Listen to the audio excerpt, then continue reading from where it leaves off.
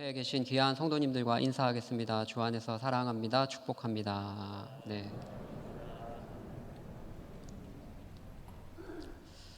고린도 지역은 우리가 알다시피 우상 숭배가 극심하고 또 음행이 심한 지역이었습니다. 그래서 사도 바울은 우상 숭배와 또 음행에 대해서 많이 경고하고 있습니다.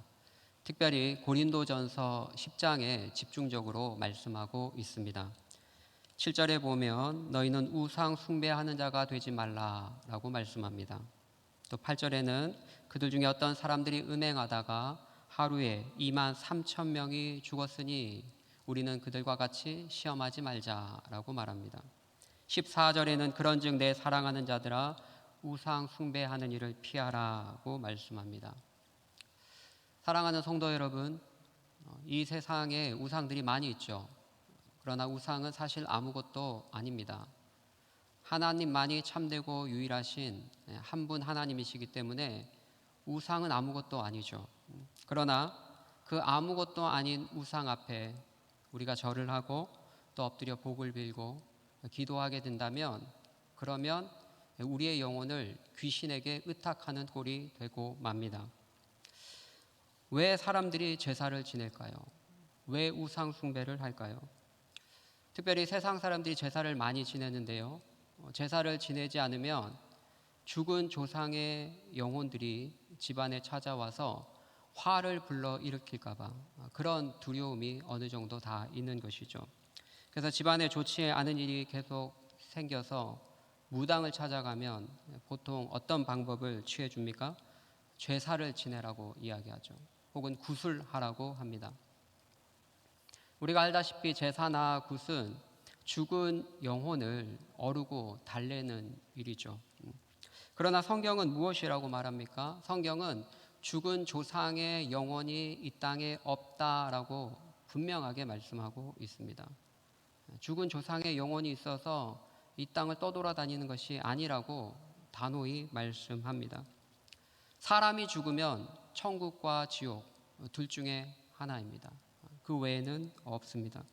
죽음 이후의 운명은 결단코 바뀌지 않습니다.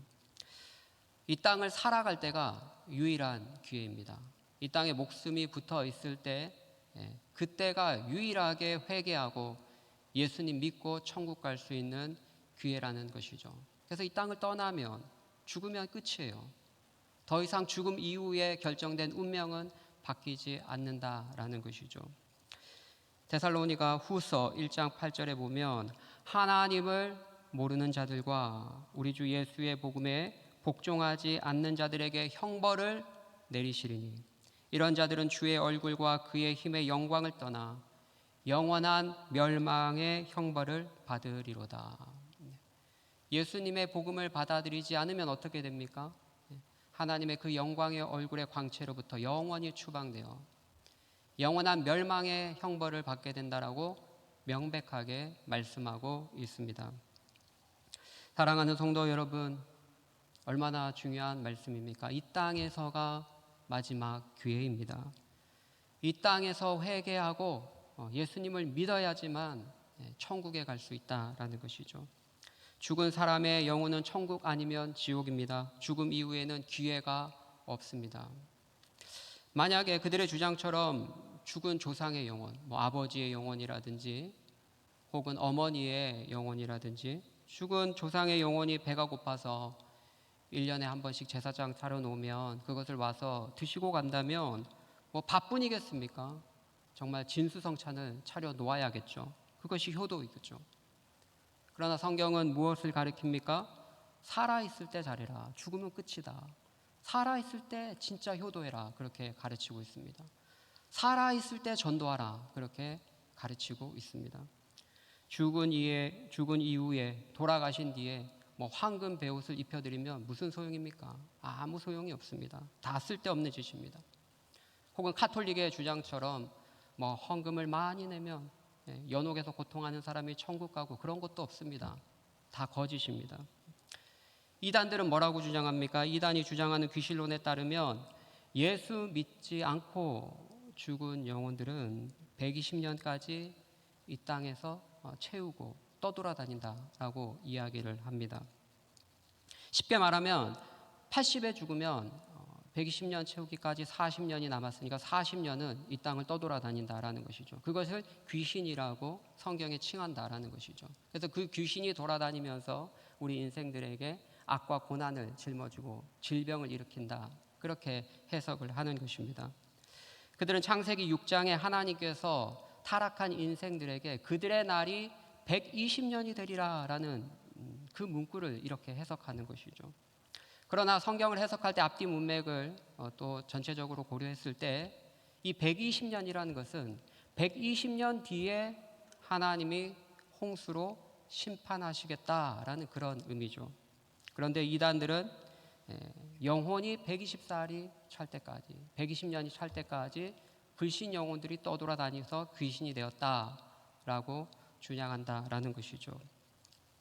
또한 실제로 죽은 조상들의 그 영혼들이 우리 꿈속에 가끔 나타나기도 하죠. 또 무당들도 그렇게 주장하고, 또 귀신론을 따르는 그런 목사들이, 거짓 목사들이죠. 그들이 귀신 축출을 할 때 귀신들이 들어가서 어떤 이야기를 합니까? 죽은 조상의 목소리를 흉내내고 또 그들만이 가지고 있는 어떤 스토리를 이야기하니까 그것이 정말 그런 것처럼 현혹되기 쉬운 것이죠. 그러나 성경은 분명히 말합니다. 죽은 자들은 천국과 지옥뿐이 없다. 죽은 영혼이 떠돌아다니는 것은 없다라는 거예요. 그럼 목사님, 성경이 말하는 귀신은 무엇입니까? 성경이 말하는 귀신은 죽은 영혼이 아닙니다. 천사장이 타락했을 때, 사탄이 타락해서 이 땅에 떨어졌을 때 함께 타락한 일단의 무리들, 천사의 무리들, 그 추종자들, 타락한 천사들을 일컫는 말이죠. 그래서 대빵이 바로 사탄이고 그 수하들이 바로 귀신이다, 그렇게 일컫는 것입니다. 그러므로 귀신 축출할 때에 조상들의 목소리를 내는 것은 사탄의 역사입니다. 우리가 현혹되지 말아야 하는 것입니다. 우리로 하여금 미신적인 생각에 사로잡혀서 성경의 올바른 진리를 떠나게 만드는 현혹이라는 것이죠. 사랑하는 성도 여러분, 확실히 아시기 바랍니다. 죽은 자들의 영혼은 이 땅에 떠돌아다니지 않습니다. 여러분, 죽은 나사로, 거지 나사로와 또 부자의 비유를 한번 생각해 보십시오. 부자가 고통의 장소에서 엄청나게 고통을 받을 때 그가 무엇을 요청했습니까? 손가락에 물 한 방울 찍어서 내 혈에 대게 하소서, 그렇게 요청하고, 그거 안 된다고 하니까 뭐라고 요청합니까? 이 고통스러운 장소에 자신의 가족이 오지 않도록 나사로라도 좀 보내주소서, 그렇게 이야기하죠. 근데 그게 됩니까? 되지 않습니다. 이 땅에 있는 성경 말씀, 선지자의 글, 전도자의 말을 따르지 않으면 끝이에요. 죽은 사람이 다시 이 땅에 오는 것은 없다라는 것이죠. 근데 오늘날 많은 세상 사람들은 속고 있습니다. 죽은 자의 영혼이 떠돌아다닌다고 생각하고 그들 앞에 제사상을 차려서 복을 빌고 혹시나 화가 미칠까 봐 두려워하고, 그것은 다 비성경적인 것입니다. 귀신의 가르침인 것입니다. 그저 서 있는 정도가 아니라 믿는 자들 가운데도 어떤 분들은 제사상을 차리고 밥을 떠놓고 절을 하고 교회를 다니면서 동시에 제사를 함께 지내는 분도 더러 있습니다. 그렇게 해서는 아니 됩니다. 이것은 귀신에 참여하는 것이라고 성경이 가르치고 있습니다. 사도 바울은 고린도전서 10장 20절에 무릇 이방인이 제사하는 것은 귀신에게 하는 것이요 하나님께 제사하는 것이 아니니 나는 너희가 귀신과 교제하는 자가 되기를 원하지 아니하노라. 보세요, 바울은 분명하게 말씀하고 있습니다. 이방 제사에 적극적으로 참여해서 절하고 술을 돌리고 그 의식에 참여하면 귀신과 교제하는 꼴이 되고 만다라는 것이죠. 다음 주에 우리 성찬이 있습니다. 우리는 성찬에 참여해서 주님의 거룩한 잔과 떡을 먹고 마시는 자죠. 그런데 어떻게 귀신의 식탁에 함께도 참여해서 우상 숭배에 동참하겠느냐, 그렇게 반문하고 있습니다. 자, 그렇다면 우리가 우상 숭배에 참여하면 안 되는데요. 그것은 누구나 다 알 것입니다. 근데 한 걸음 더 나아가서 좀 어려운 질문이 있습니다. 그렇다면 이방 신전에 바쳐졌던 음식이 시장에 나와서 팔려졌는데 그 음식은 먹어도 될까요? 우리가 가서 뭐 제사를 지내고 또 절을 하고 그러면 안 되겠지만 제사에 바쳐졌던 음식이 나왔을 때 그 음식은 먹어도 될까요? 어떻게 생각하십니까? 혼자 신앙생활하는 한 청년이 있습니다. 가족들은 여전히 제사를 지냅니다. 그런데 본인만 예수를 믿어요. 그래서 제사에 참여는 하지 않습니다. 가정의 평화를 위해서 그냥 서 있기만 합니다. 절을 하거나 술잔을 돌리지는 않습니다. 그냥 수동적으로 밖에 뒤에서 서 있기만 합니다. 그 청년은 나름대로 신앙을 잘 지켰다고 볼 수 있습니다. 그런데 문제는 제사가 다 끝나고 나서 제사상에 차려졌던 음식을 가족들이 함께 먹습니다. 그 음식 외에는 별로 없어요.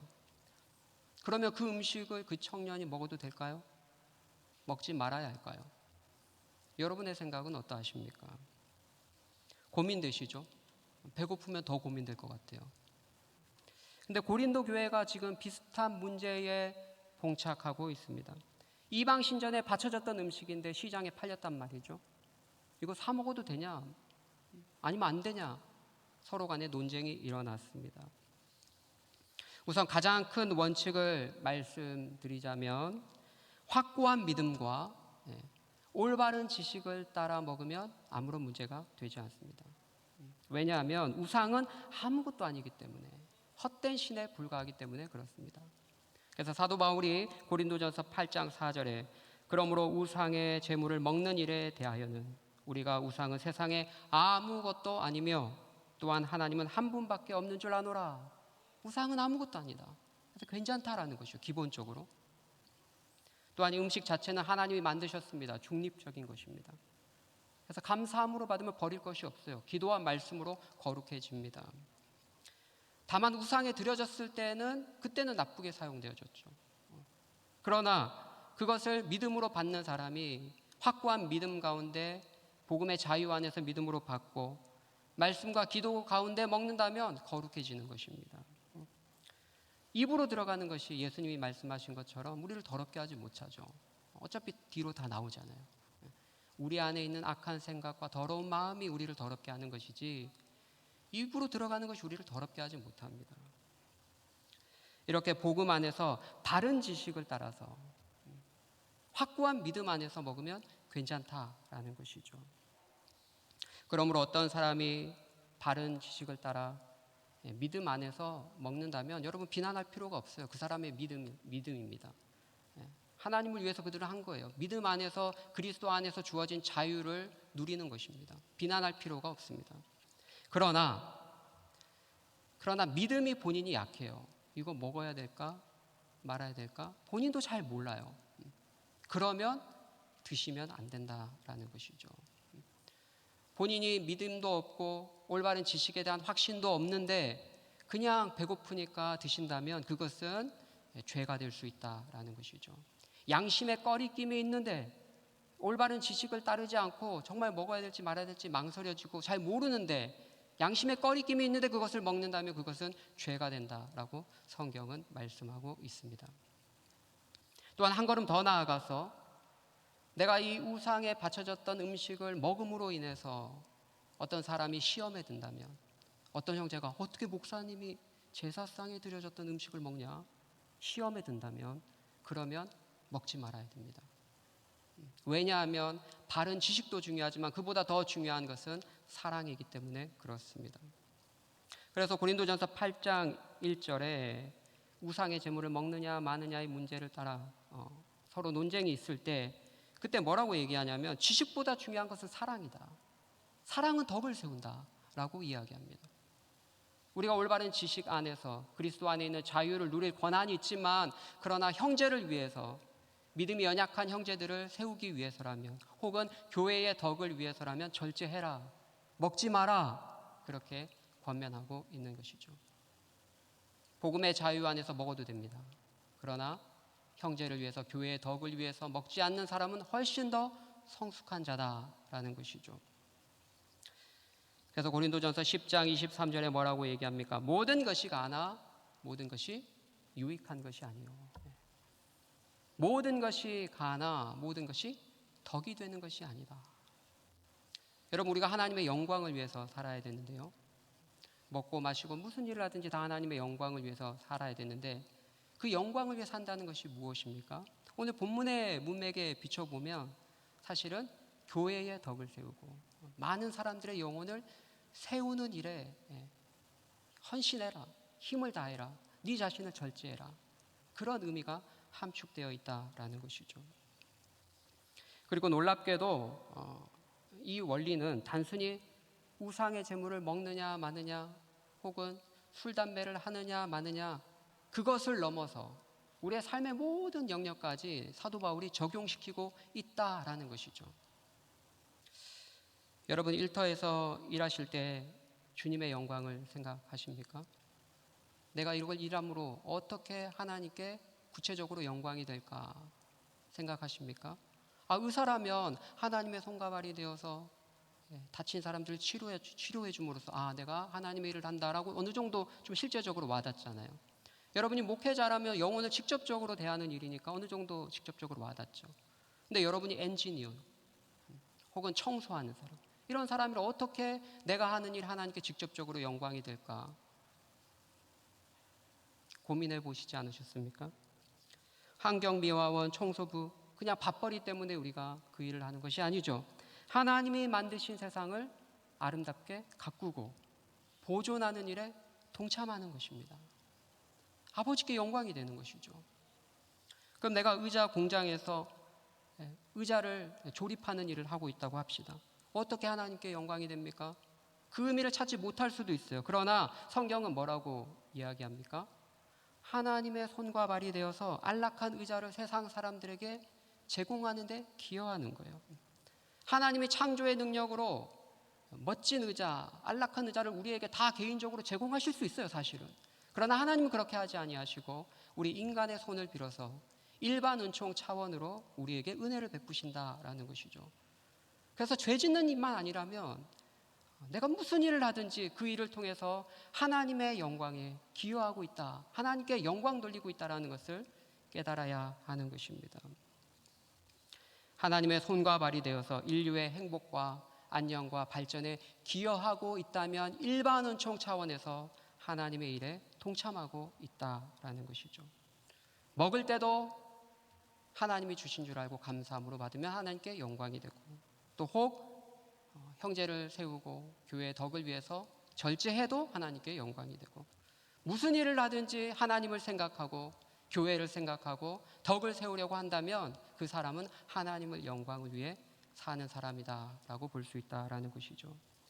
말씀을 맺겠습니다. 우리 인생의 목적이 무엇입니까? 도대체 우리는 왜 여기 태어나서 이렇게 살고 있을까요? 그 이유가 무엇일까요? 모든 존재하는 사물에는 목적이 있죠. 만들어진 목적이 있죠. 우리 인생도 마찬가지입니다. 그것은 바로 하나님을 영화롭게 하고 그분을 즐거워하는 것입니다. 우리가 먹고 마시고 선택하는 모든 일에 하나님을 생각하고 교회의 덕과 형제를 세우는 일을 생각하시기를 바랍니다. 다른 성도를 세우고 영혼들의 유익을 위해서 우리가 최선을 다해서 산다면 하나님이 영광 받으실 것입니다. 먹든지 마시든지 무슨 일을 하든지 하나님의 영광을 위해서 하라. 이러한 삶의 목적을 가지시고 즐겁게 기쁘게 주님을 섬기며 교회의 유익과 덕을 세우는 충현의 성도들 되시기를 주님의 이름으로 축복합니다. 하나님 아버지, 예수 그리스도 안에서 우리에게 참 자유를 주셔서 감사합니다. 그러나 교회의 덕을 위해서 절제하긴 원합니다. 성숙한 성도가 되게 하여 주시고 주님을 많이 사랑하며 무슨 일을 하든지 하나님의 영광을 위해 하는 믿음의 백성들 되게 하여 주옵소서. 예수님의 이름으로 기도하옵나이다. 아멘.